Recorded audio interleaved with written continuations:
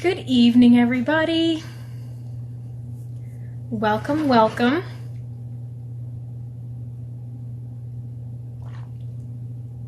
I hope everybody's had a great day so far.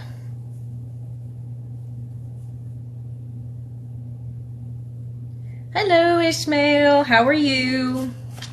Hope you and your lovely wife are doing well.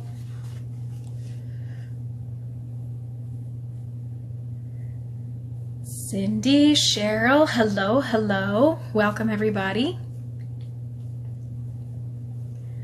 Mickey Joy, hello. Lyle, thank you for joining. I'm good. I'm good. Hello, everyone. My goodness. Hi, all. So for anyone who's joining us for the very first time, welcome. We are doing a book reading this evening. We are in the second book of the Kishara series by Amelia Atwater Rhodes, as you can see up here. We just finished, yes, the hat and mustache. So not last week, but the week prior, we finished with the first book. So last Monday was the first 5 chapters of Snakecharm. And we meet every Monday from 8 to 9 p.m.-ish. Sometimes I read a little bit longer. But yeah, so we're doing this series from now. I think it's like it's a 5-part series. Yes, it's a 5-part series. So we're on the second book of 5. But if you've missed my previous book readings, because we've done several others before these, you can actually go onto my bio page and hit the little camera icon, and it'll take you to my YouTube link where I actually have all of my book readings all listed, all in sequential order, so you don't have to guess, which one comes next. And it also has my main Nikki content if you are looking for additional stuff other than just book readings. But I hope you guys will stick around and, come back week after week and read along with me, or just, let me read to you. So just as a quick, before I talk anymore, can I get like a real quick thumbs up or waves or something so you guys let me know if you can hear me all right? I'm pretty sure my volume's okay, but just to double check. Let me know if you guys can hear me okay.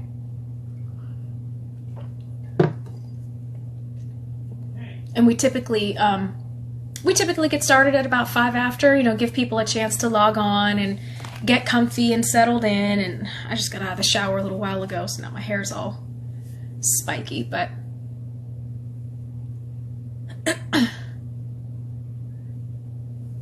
Dan Myers, hello. Thank you for joining. Excellent, from Ontario, Canada. Fabulous. Okay. Miss Deborah, hello. How are you? I'm sure Miss Julie will be on soon enough to tell everybody hello. All right, so we got about another 2 minutes left. We'll be starting on chapter 5. If you have the book and are reading along with me.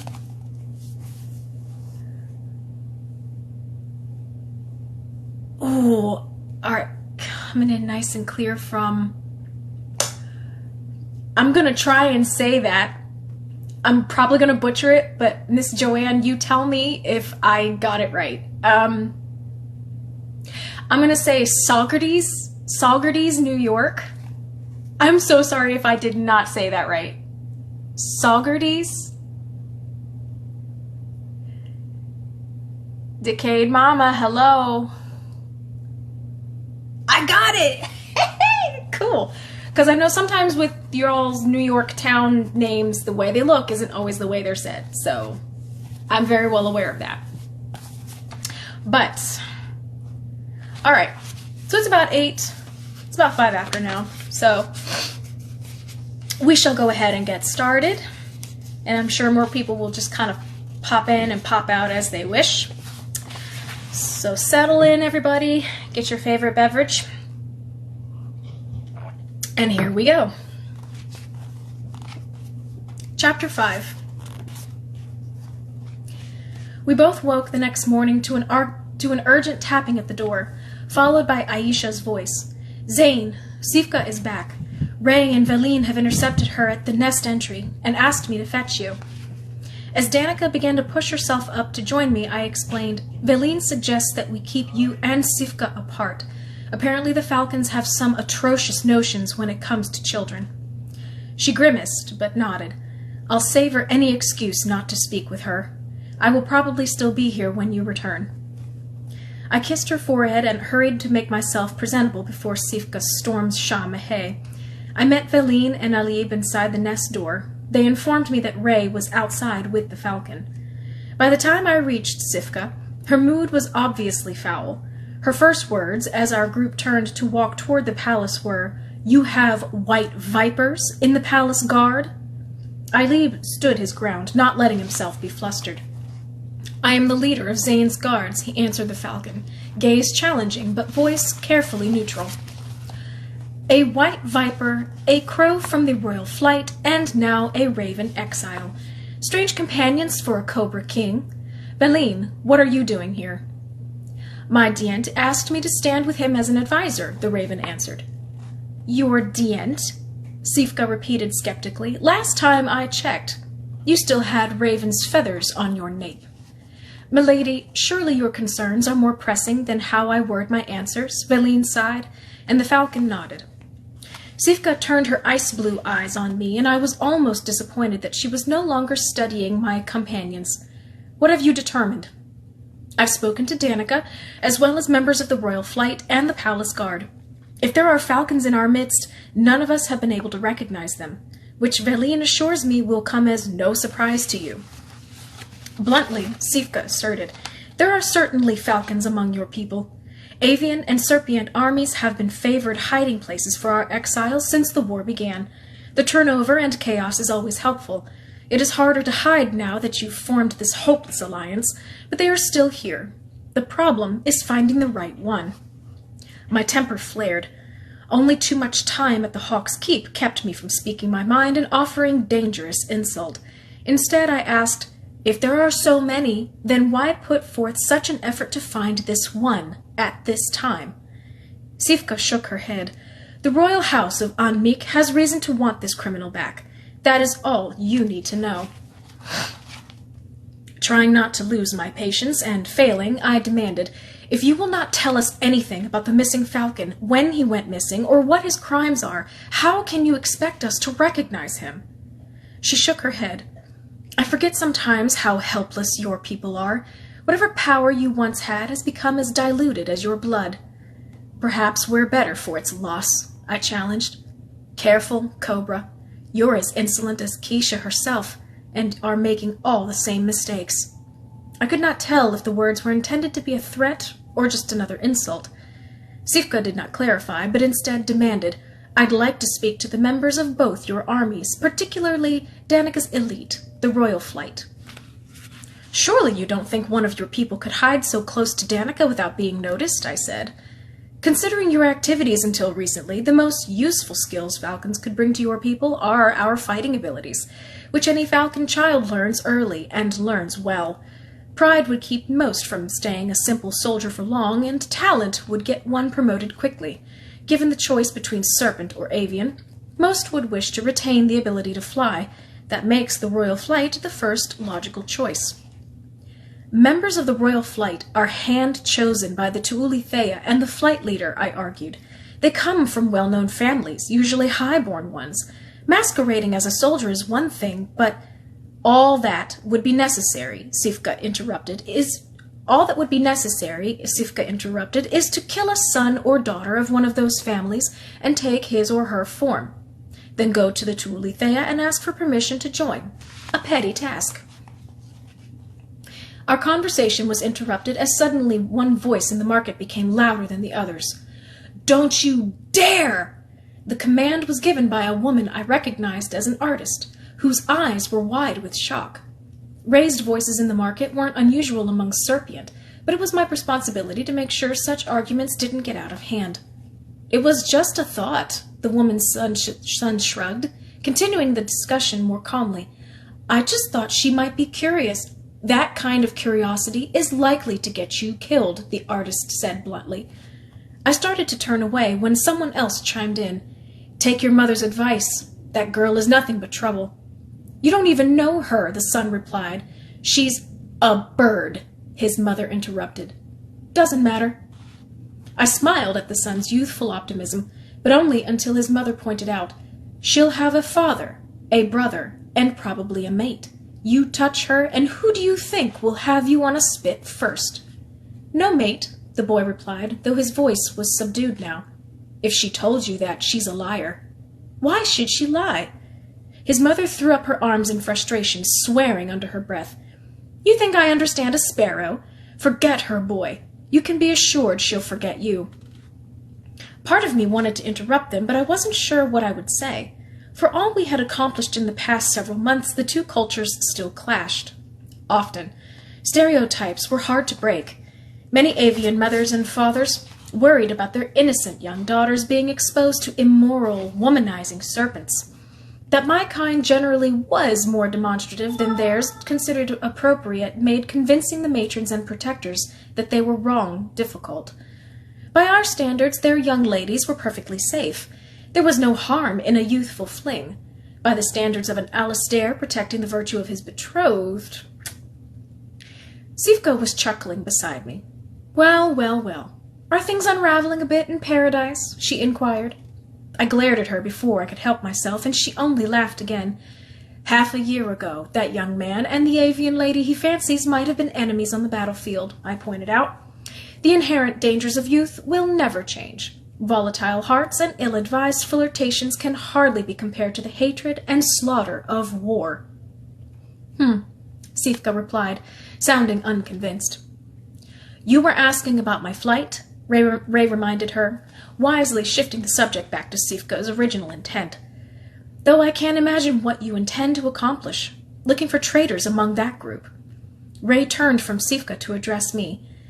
Zane, you know there is not a member of my flight who is not absolutely loyal. Not one would hesitate to give his life for his Tuolithea or her Alastair. How sweet! And unlikely, Sivka replied. But where is the Tuolithea? Shouldn't she give the orders regarding her people? Danica's people are mine as well. As I am sure you have heard, I said. She is unavailable at the moment, but certainly trusts Andreos and me to make decisions regarding the royal flight. Well, then, Sivka said, relenting. Crow, I assume you are capable of introducing me to the rest of the avian guards, so I can see for myself. Ray glanced at me for permission before replying, I can gather those who are available, if you would care to meet with them this afternoon. She nodded dismissively. You do that. At my nod, Ray took his crow form and shot into the sky. I needed to get away from the falcon myself before I did something unfortunate, so I used our arrival at the palace as my reason. Now, if you'll excuse me, I'll leave you in Alib's capable hands. He can introduce you to the palace guards before Andreos returns. Belatedly, something else occurred to me. Danica and I are expected at the Hawk's Keep tomorrow, so we can speak to the rest of the royal flight then. Half of that group always stayed with Danica's mother at the keep. Danica and I traveled frequently between the two lands, acting as Dient and Naga to the Serpient, and Tuolithea and Alastair to the Avians. The plans had almost slipped my mind in the chaos of Sivka's visit, but it wouldn't do to delay them, not with the falcon hovering about and news of our child to share with Nicola. Sivka nodded in agreement. Alib, she said, kindly keep our guest company, and answer any questions she might have about the palace guard. Yes, sir. The White Viper sounded no more pleased to be left with Sivka than I would have been. I turned my back on the pair, but had taken only a few steps inside when I heard the falcon comment to Alib. There was a time when a White Viper would be killed on sight if he dared to show his face inside these walls. How long has Maeve's kin groveled before these cobras? Alib retorted hotly, Charisse Cobriana trusted my sister and me to guard her kin. He broke off. His sister had been loyal in her own way, but that loyalty had led to disaster. In an attempt to defend me, she had tried to kill my avian mate and had instead caused the death of my mother. I endeavor to be worthy of my king's trust. I paused, wondering whether I should go back to the pair and forestall the argument that sounded ready to erupt. Sivka seemed to thrive a little too much on conflict in my lands. Black magic. Wasn't that the accusation that drove your kind from Anamirak's cult? Sivka asked. The accusation that placed Keisha's cobra kin on the serpient throne instead of Maeve's white vipers? I spun on my heel, preparing to return, but Alib did not hesitate in his answer. Zane is my dient. The Cobriana are the royal family I follow, and to whom I will always be loyal. Your own sister was executed for murdering the woman you say trusted her, Sivka said bluntly. Do you truly hold no hatred for that? Can you really not care? I've been instructed to answer any questions you have about the palace guard, not my personal life. It sounded as if Alib was grinding his teeth a little. Answer me one question, Sivka pressed. Your fighting prowess is impressive, or you wouldn't have gained this rank. The mark of a white viper is obvious enough in your features that I saw it instantly. The magic may be dormant in you, but it is in your blood. If you learn to use it, as any falcon could teach you, you would be strong. If you had that chance, would you take the power you should have had by birth? Alib spoke softly, almost under his breath, the words cool with fury. Treason, milady falcon, is in those words, and I'll take no part in it. The falcon whistled low. I could have made you a king, and you refused. It's good to see that Zane has such loyalty behind him. There was a pause, after which Sivka offered, Surely you must understand my desire to test you a little. A white viper in the palace. Test or not, Alib interrupted, I'm sure you'll understand when I assign a pair of guards to escort you while you're in the Serpian territory. I would expect no less. And I would expect no less than a push for treason by a falcon. I knew Alib would approach me later about the incident. For now, I trusted him to do his best to keep our falcon's destructive tendencies in check. My mother had been the first to accept white vipers into the palace, but so far Alib and his sister had been the only ones to accept the invitation. Most still lived in chosen exile on the edges of our land, refusing to return to the people who had shunned them for generations, or to acknowledge a cobra as their king. Luckily, their numbers had always been too small for them to make a bid to take the throne back. Would it amuse Sivka to see them try? I wouldn't be surprised to know they might try to overthrow the Cobriana out of simple spite. As I walked the halls, instinctively returning to the dancer's nest to check on Danica, another thought occurred to me. Was Sivka's lost falcon a ruse, an excuse to get close? Might the Falcon Empress have planned this interlude with Alib? If she had, casual offers of power were the least of our troubles. If a fight erupted, all the ability of the Serpient and avian armies combined might not win against Anmik's followers. Chapter 6. That evening, we convened in the main hall to discuss our unwanted visitor. According to Andreos, Sivka had finished her interrogation of the royal flight and left only moments before. Though Ray stood at strict attention, the remnants of anger shone in his eyes. Alib paced near the doorway, his white blonde hair long enough to slip into his eyes and disheveled enough to belie his strictly worn uniform. Clearly his interview with the Falcon about the palace guard had been no less frustrating than Ray's. Danica's brow was furrowed as she listened to Alib's description of his argument with Sivka. Valine stood beside her, now wearing the clothing of a dancer, with shimmering violet scarves around her waist and a sigil meaning peace painted on the skin of her left temple. I don't think that Sivka will go seriously out of her way to cause trouble, Valine observed when Alib was finished, but I wouldn't put it past her to try to stir things up a little if left alone. From what I saw on Anmik, the Falcons didn't seem that interested in our politics. Much of their magic revolves around stillness. They don't usually attempt to cause change, especially something as major as the unseating of a family that has ruled as long as the Cobriana. She seemed to consider her own words, and after a moment added softly, Though I don't know how they feel our peace affects them. The Serpient and avian people have been at war so long, the Falcons may consider peace more of a disturbance than a change in the monarchy would be. Ray sighed. Valine may be right. Sivka certainly makes no effort to disguise her disapproval. But I'd still like to think we could manage Sivka if we kept an eye on her. Toward that end, I'm assigning people to watch her in revolving pairs, Ailib said. I wouldn't let someone in the guard who I thought could be swayed by the falcon's words, but caution is always a good idea, just in case. Ray nodded. I plan to do the same if Sivka follows you to the keep. I knew there was also a member of each of the palace guard and the royal flight waiting outside the door, one to be my shadow and one to be Danica's. Presuming Sivka isn't lying about why she's here, we should be able to get rid of her by finding her falcon. I refuse to believe there is nothing we can do to help that search, I said, opening the floor to the discussion we had gathered for. I wanted Sivka out of my land. I wanted her away from my people and my mate. I looked at Ray first. She seems to think your flight would be the best hiding place for a falcon. Is there any chance she might be right? Ray shifted uneasily. She has a point there, though. As you know, it isn't one I care for. Falcons are trained in fighting skills from a very young age. If someone with their talent could impersonate a crow or raven, it would make sense for him to join a group where his ability to fight wouldn't be unusual. Crow or raven or sparrow? Danica's voice was tentative as she asked. Yes, Ray admitted, though he obviously wished he could say no. I hate to even suggest it, but you sound as if you're describing Erica. You said yourself that her fighting skills were amazing, though she claimed to have had no formal training. And Erica's loyal, Ray interrupted, sharply enough that people around him jumped. I know her. She's no criminal. He seemed to realize that he had spoken too hastily, and he backtracked, adding, Valine, you would know if your niece was an impostor, wouldn't you? I would know. The raven's voice was uncertain enough to worry me. But it didn't worry me as much as Ray's words.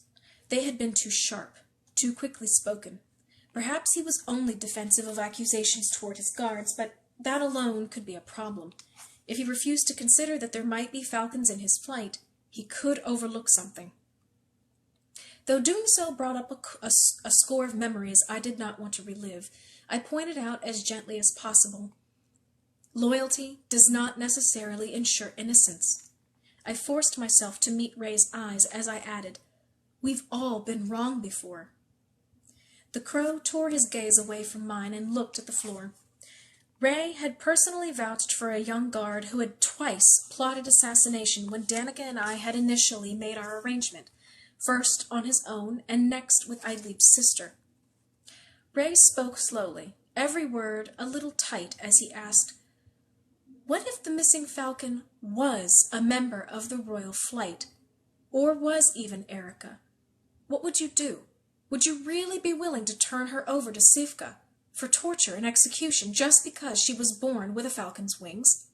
He looked at Danica, who held his pleading gaze sadly. Every member of my flight is loyal to you. Every one of them would give his or her life and soul to protect you. Does falcon blood really have the power to negate a loyal guard's willingness to take a knife for the queen? He knew. Maybe it wasn't Erica, but either way, Ray knew. I would never endanger those I have sworn my allegiance to.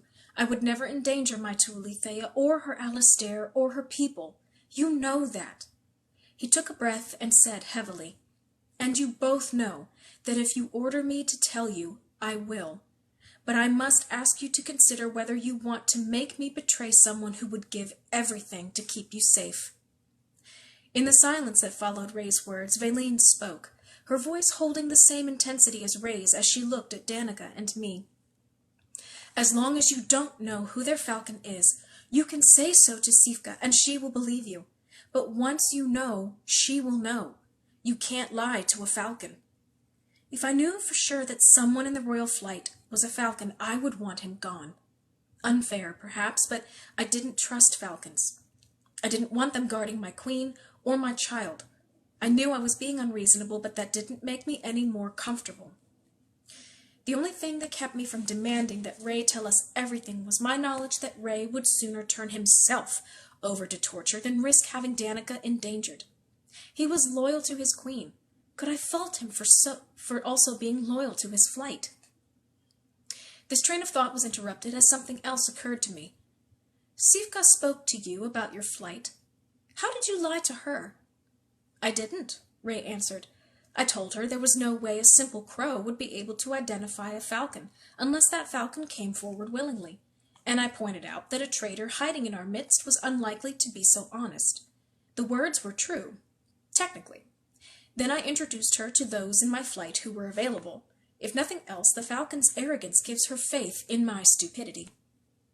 I looked at Danica.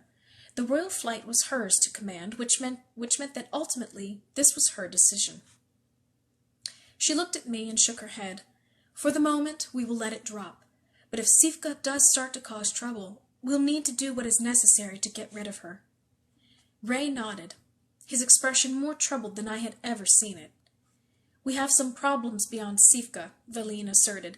I spoke to Ailib about them earlier, but you should hear for yourself. She hesitated, shaking her head. As you know, when I'm in the market here, I'm a dancer. That gives me a chance to listen to a lot of gossip. Go on, Danica prompted when the raven paused again. News travels fast, Valine said. Most everyone has heard that their Naga is carrying a child, but not everyone is happy. She sighed and joined Ailib's pacing. Her dancer's garments swirled around her when she turned, expressing her agitation. People called it madness when their Dient proclaimed his love for the Tulithea, but they thought it was romantic. A child between you two is all well and good, but many people don't want that child to rule. My hand slammed down on the table as if by its own will, but my words froze in my throat. Danica's voice rose as she abandoned her normal calm. Why not? It's their Dient's child. Danica had only scratched the surface of my horror. I would not allow mob rule to deny my child its rightful place on the throne. Valine turned from Danica to me, as if seeking a more reasonable listener, but she flinched as she met my gaze. She continued cautiously. The cobra form breeds true with any serpent, except the white viper. So the child of a cobra and a python or boa will always be a cobra. But the child of a cobra and a hawk is a less certain equation. The serpient don't mind having a hawk as Naga, so long as their Dient is pure cobra. The Naga's power is always second to her mates, but they aren't fond of the idea of a feathered Dient. They are even less fond of the idea that any half-avian child could choose an avian mate, leaving the serpent throne ruled entirely by birds. It gets more complicated, Ailib took over. Many people refuse even to consider that you would let a half-avian child take the throne. They're acting as if you've already declared your sister's child your heir.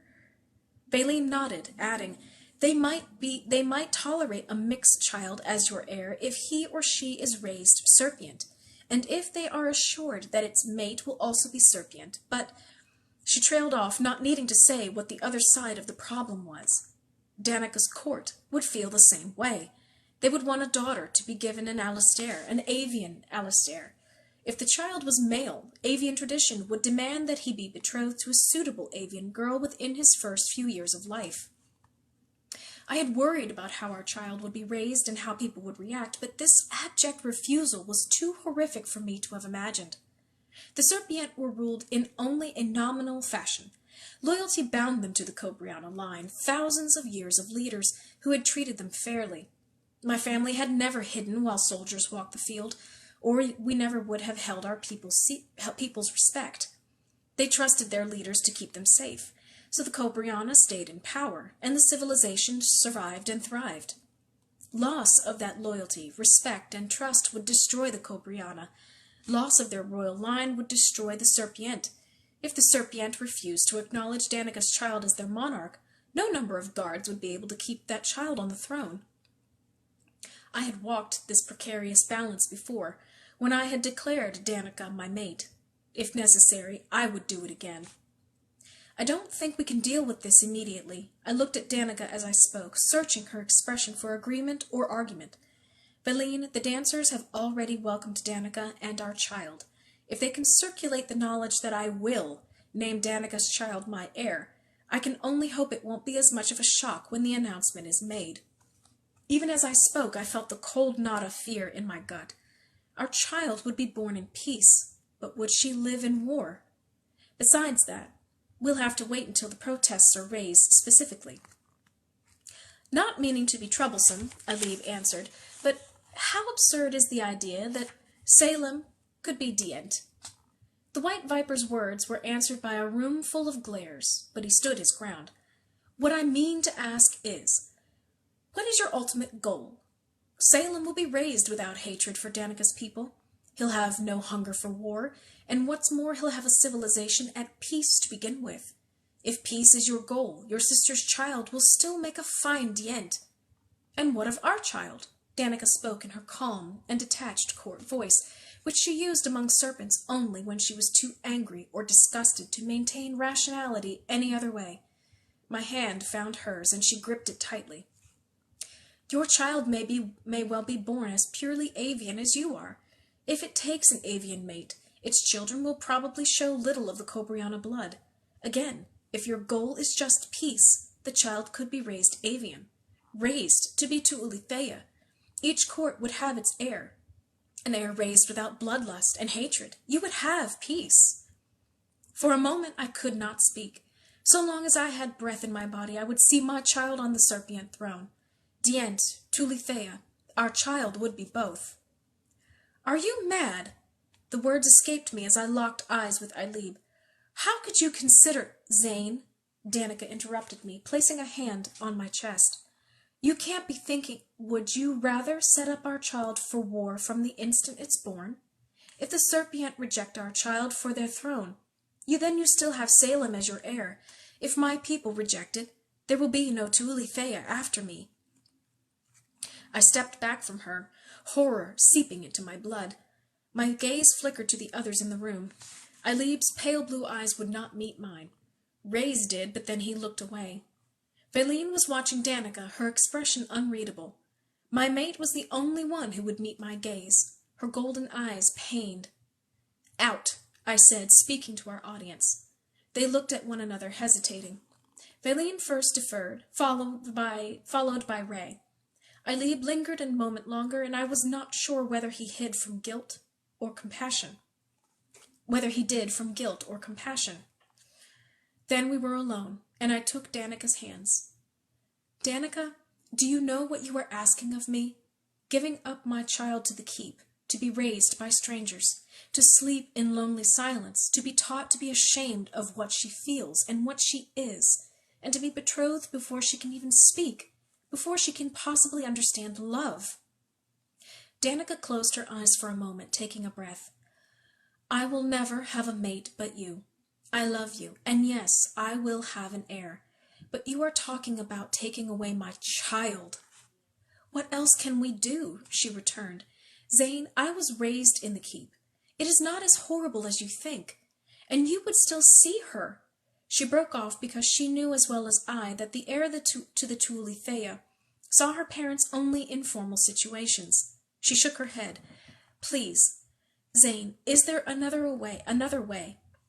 Anything else that will keep our firstborn child from coming into the world only to see her land ripped apart by war?" Silence. "It will be months before the child is born," I whispered, pleading not only with Danica but with whatever powers might be. "We don't have to make this decision. Not yet." Danica nodded, but still she said, "One queen cannot rule two worlds, even if she is of both."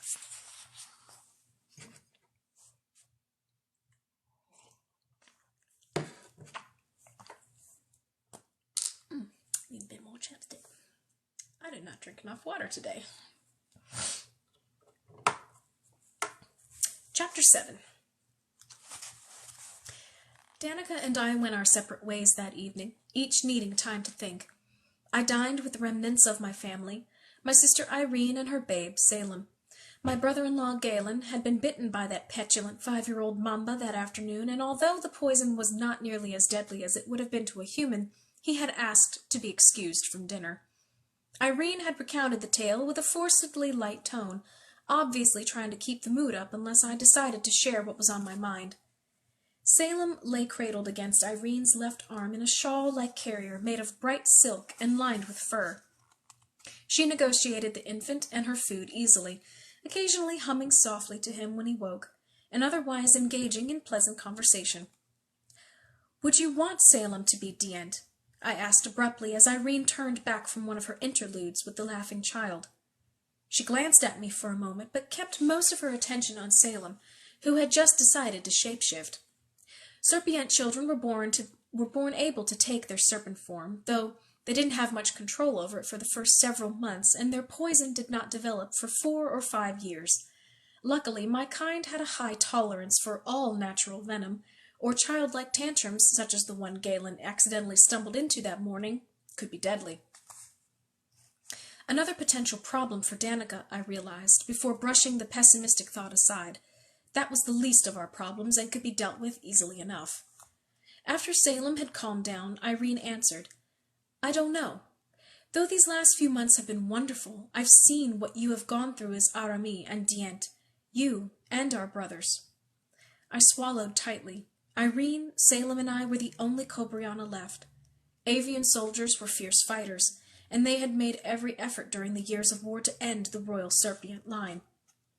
Hopefully, if Salem took the throne, he would not have to rule over war.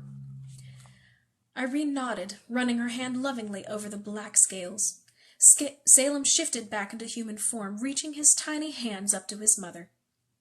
"I would worry for him, but I would not argue with you if you named my child your heir. I do not think Galen would object either, though he too certainly knows the difficulties that Salem would face, even in peacetime." She answered plainly, either not hearing or not wanting to acknowledge how painful the question was for me to ask. "It's a bit early to worry whether Danica's child will be male or female, though I've heard that hawks have a tendency toward girls." I had not even considered that issue, though Irene must have thought it was the reason for my worry. Traditionally, the position of Dient was male, if only because enemy soldiers would strike first at the king, leaving a queen and any child she carried marginally safer. However, it was not unusual for a woman to be named heir if she had no brothers of age to take the throne. If she took the throne as Dient, her mate was named Nog, and the succession considered exactly as it would as if she were male. "I don't care whether my heir is male or female," I answered. "We aren't at war anymore, so I don't see that it matters. My main worry at the moment is whether people will want any child of mine to rule at all."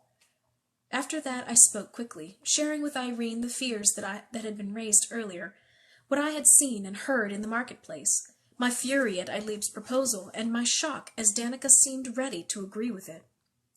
I finished. Was I such a fool to think that things would get easier as the last arrow fell?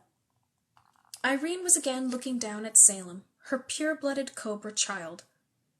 "I remember the day Angers died, and you became Aramis," she said. "You wept at his pyre, but when you first spoke as heir to the throne, you did so very clearly. You took Gregory and me aside, and you told us that we would see peace if it took your life's breath and blood and soul to find it. And now here we are." "And Gregory?" I challenged. She answered without hesitation. "Gregory's last sight was the golden hair and eyes of your mate, who sang to him and comforted him so he would not die alone. I think he was the first of us to see the peace you promised." I drew a deep breath and walked away from the table. Too much energy, too much agitation. Irene watched me pace.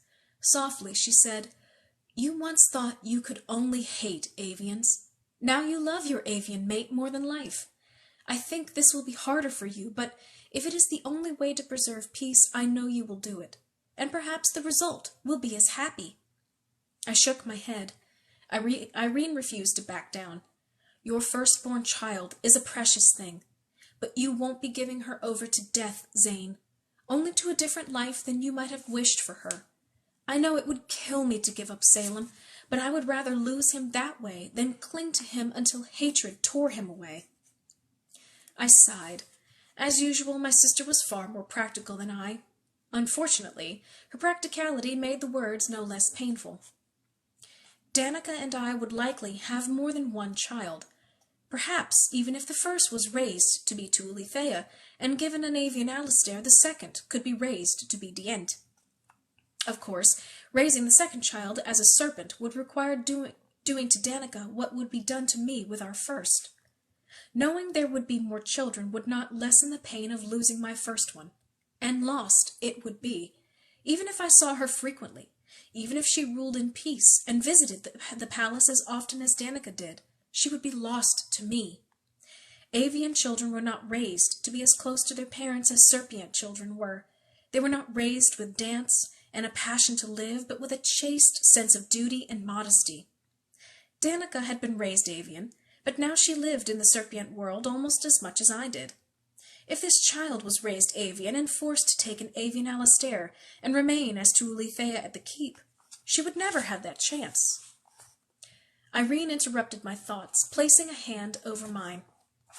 Zane, you of all people know that you need to try before you decide you will fail. You have months before the child is born. If there is another way, you will find it. I tried to keep my sister's words in mind as I prepared for sleep, alone because Danica had not yet returned to our bed. Instead, I found myself counting my fears, until I finally reached the painful end of the thread of indecision. Irene was right. We could try to change the world and convince our people to accept our child's rule, but if we failed, then I would have to let her go to the keep.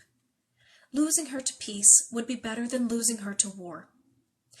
That thought filled my dreams during the scant hours when I managed to sleep, and it twisted into nightmares. I dreamed Danica's death. In my nightmares, she was torn apart by wolves. She fell from the balcony of the keep, unable to spread her wings because she had to carry a serpent child. I dreamed that the child was born dead, and I woke with a silent scream deep in my throat. I reached for Danica, but found myself lying alone. I pulled myself out of bed and went to seek my queen. My guard followed at enough of a distance to afford some semblance of privacy, in case I wished it. The day had recently dawned clear, and the earliest merchants were setting up their stalls in the choice spots of the market. I passed by an avian jeweler, who was in the midst of setting out his wares with the help of his daughter and her Alistair. She ducked her head shyly as I passed, but her father said a polite "Good morning."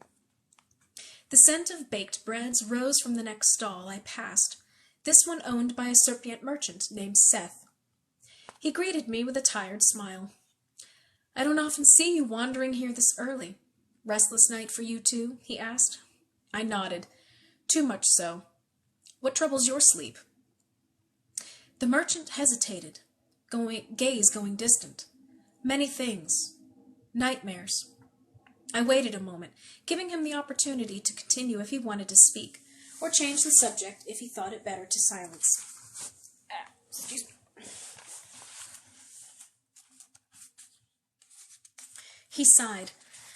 "There is a rumor that the Falcon's Sifka is here, searching for someone." The skin on the back of my neck began to tingle with apprehension. I answered cautiously, "That is true. This is a concern for you?"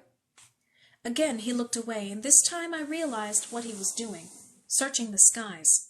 He explained, "I respect your efforts, and I'm glad I can sell my goods instead of wielding a blade. I was a soldier until you and your mate ended the war, you see, but that doesn't mean I'm not nervous when I see wings in the skies." I see. He was lying. Of that I had no doubt. He shot me an apologetic look, turning his eyes from the dawn and back to me. "Sir, He broke off and turned back to his cart. "Sifka isn't—" The slowly filling market jumped at a falcon's screech. The merchant went white, drawing back under the awning of his stall, as if to hide himself from the circling falcon's view. Sifka banked, dove, and returned to human form not far in front of me. She glanced dismissively at the merchant, then said to me, "Dient, I need to speak to you." Instinctively, I stepped between Sifka and the vendor, though suspicion about his origins made me hesitate to turn my back on him. "More plots to overthrow the Cobriana line?" I challenged.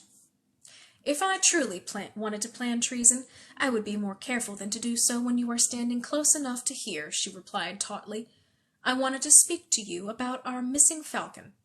I'm afraid the one I'm looking for might be a little more hidden than I first thought, and my patience is wearing thin. I'd like to arrange some kind of test."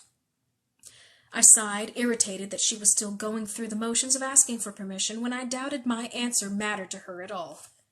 "So long as it doesn't endanger Danica's people or my own, or interfere with the workings of the palace guard or the royal flight, I don't care what you do."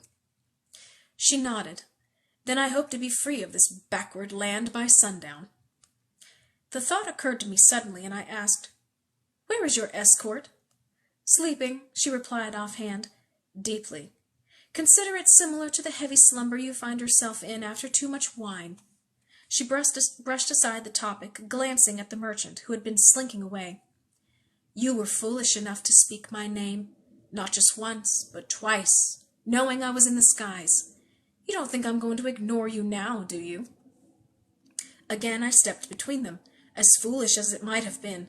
I did not trust any falcon, but if this man really had once been a soldier in the Serpent army, I owed him something for that service. "I thought you said you hadn't found your criminal." "The one I was sent for? No, I haven't. This one is a nobody, half gerfalcon, half peregrine, void of any magic and hence of any value to you." "Or any value to you," I interrupted. If she was insistent on taking people out of my market, I wanted to at least know why. "What is his crime?"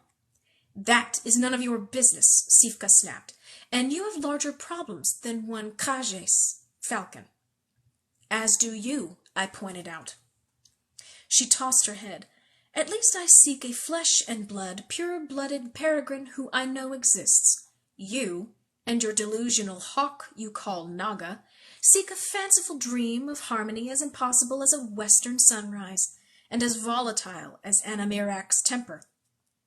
"I've seen my dreams come true," I replied, unchallenged by her words. "I've seen an end to useless hatred and killing."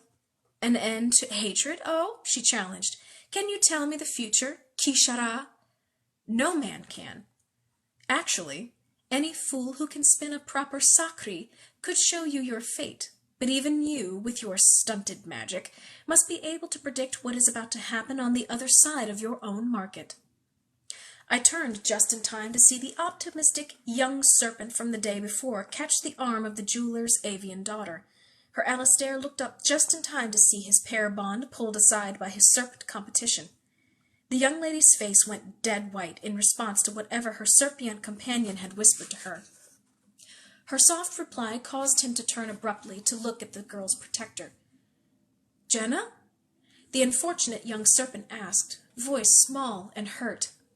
The first tears rolled from her eyes, and though she hastily brushed them away, trying to compose herself as an avian lady is taught always to do, her Alastair saw. The Alastair left off his conversation with the girl's father, striding through the crowd, which rapidly parted to allow him to approach the serpent. Another serpent, who was closer than I, sized up the situation instantly and stepped between the two. He might have avoided trouble, but he made the mistake of grabbing the wrist of the angry Alastair. Abandoning Sifka, I pushed through the crowd just in time for the would-be peacemaker to be shoved at me as the Alastair pushed past him. Before I could wrestle around the shocked serpent, I heard the impact of flesh against flesh, followed by Jenna's cry as her jilted serpent sweetheart threw the first punch at his avian opponent. Someone tried to call me back as I waded between the two, narrowly avoiding the bird's retaliation. I caught the avian's wrist before he managed to strike the serpent, who recoiled as he recognized me. The avian swiftly dropped his gaze before it fell upon Cobriana Garnet, and he yanked his wrist out of my grip. I directed my angry question to the girl, whose opinion probably mattered most to her competing suitors. "Is there a problem here?" She shuddered and shook her head. Then she cast a longing, apologetic glance at the serpent before taking a tentative step toward her Alastair, who took her hand and kissed the back of it. I suspected that the show of perfect devotion and forgiveness was done for the serpent's sake, to keep him from getting any ideas about the future. The less lucky suitor shrugged, smiled, and said lightly what was probably the most hurtful thing he could think of. "Well, I lost that bet." Sifka smiled, and for a moment looked gently pitying. "It isn't meant to be, Kishara. Why don't you give up this useless quest now before your dreams have to be ripped from your hands?" Your kind hides on its island, isolated from the real world, as unchanging as your God, I challenged. You have no sense of what war is like. You have no idea what it means to see those you love fall. You cannot possibly understand what it is to fight for what you believe, and how sometimes you have to fight with words and dreams after all the weapons have been put away. You serve a cold God, surviving on his power for thousands of years without ever living. Too angry about the useless market argument to be fearful of the falcons or their empire's wrath, I pushed on. You speak of giving up my dreams. Have you ever, since Maeve's coven split, had a dream?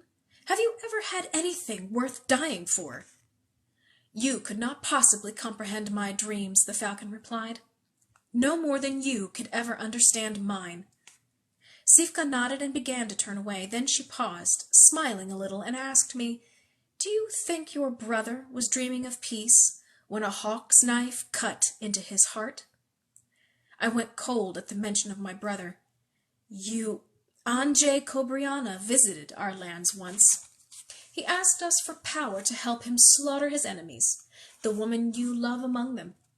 Did you think we would not keep track of him after he left? Hearing this creature speak my brother's name was like listening to blasphemy, even though she spoke thoughts I had many times considered. If Anjay had become king, would he have ended the war in blood instead of peace? It surprised none of us when he took his little suicide trip to the Hawk's Keep. He fought his way through half the royal flight. Ask their captain some day which of them your brother killed. Ask them why a crow as young as Andreas was promoted so soon. Ask them how long the 15-year-old heir to the Tualithea grieved for her slain Alastair. Ask them which of the avians cheered when the young child Xavier Chardet stabbed the cobra in the back. I recoiled from the image she painted, wanting to challenge her and knowing it would do no good. I knew the evils of war. Danica and I had needed to forgive to end the hatred, but neither of us would ever forget. Some things I had never wanted to know. Get out of my market, I snarled. Sifka looked past me, and we both realized that the falcon merchant had fled during the earlier chaos. Sifka let out a long-suffering sigh. Think about my words, son of Keisha, she bid me. Give up before your hopes turn to dust.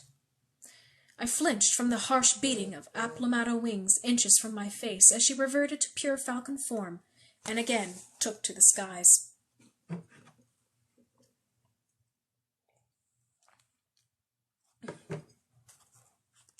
Let's see. Dang, chapter 8's short. All right, we'll finish up with one more chapter. Chapter 8. There was a storm of ice in my heart, and I knew by the way my people stepped back from me as I returned to the nest that I was showing it. The faces from the marketplace and the sound of Sifka's condescending voice gelled in my mind so that I paused to try to compose myself before heading downstairs, wondering whether I should wait until I calmed down. Aisha intercepted me before I could make the decision. The dancer frowned a little as she said, "You're too agitated for a man who has just learned he is soon to be a father." I started to respond, but Aisha didn't give me a chance. Instead, she said, "Danica is a good Naga. She will be a good mother. The falcon must do what she will do before you can react to it. Troubles will pass. You will see. Now, dance with me before you wake your Naga and leave for the keep. It is past time to greet the day that has given you this fortune." No verbal answer was necessary, though my gratitude for her blunt words was immense. She drew me into the nest and onto the dais where Danica had performed. Had that only been a day ago? I stretched lightly. I had not danced recently, and I had no illusions that I could compete with those who usually performed in Shah Mahé, but Aisha knew how far my talent reached and was careful what dances she chose. She was also careful to keep in mind which dances a man did not perform without his mate.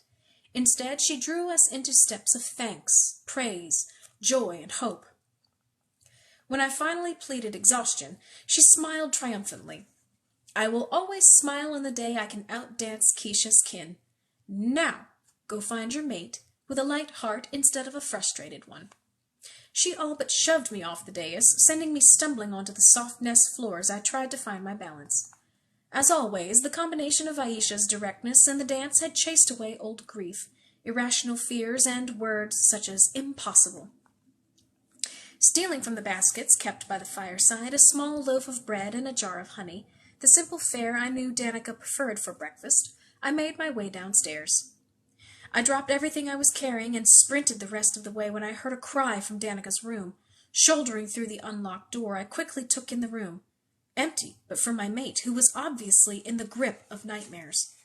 I pulled her into my arms, waking her gently. She recoiled, and her eyes flew open. "Are you real?" I knew what had happened. When Danica was stressed or frightened, she was tormented by dreams that were so vivid, waking only brought more doubt as to reality. "I'm real," I assured her, and finally she relaxed and let me hold her. "What was the dream?"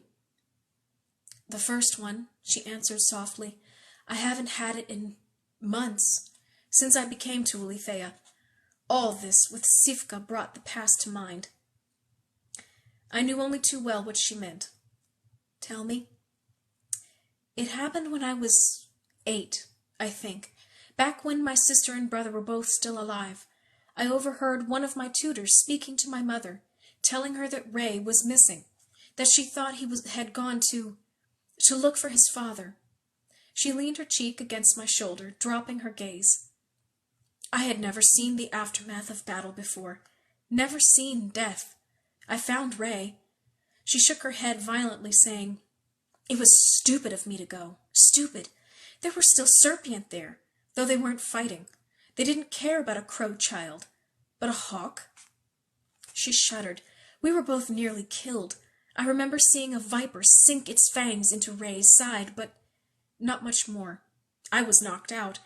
Ray carried me back to the keep. Everyone was amazed that he lived. He was only 11, but he started training to join our army the next day."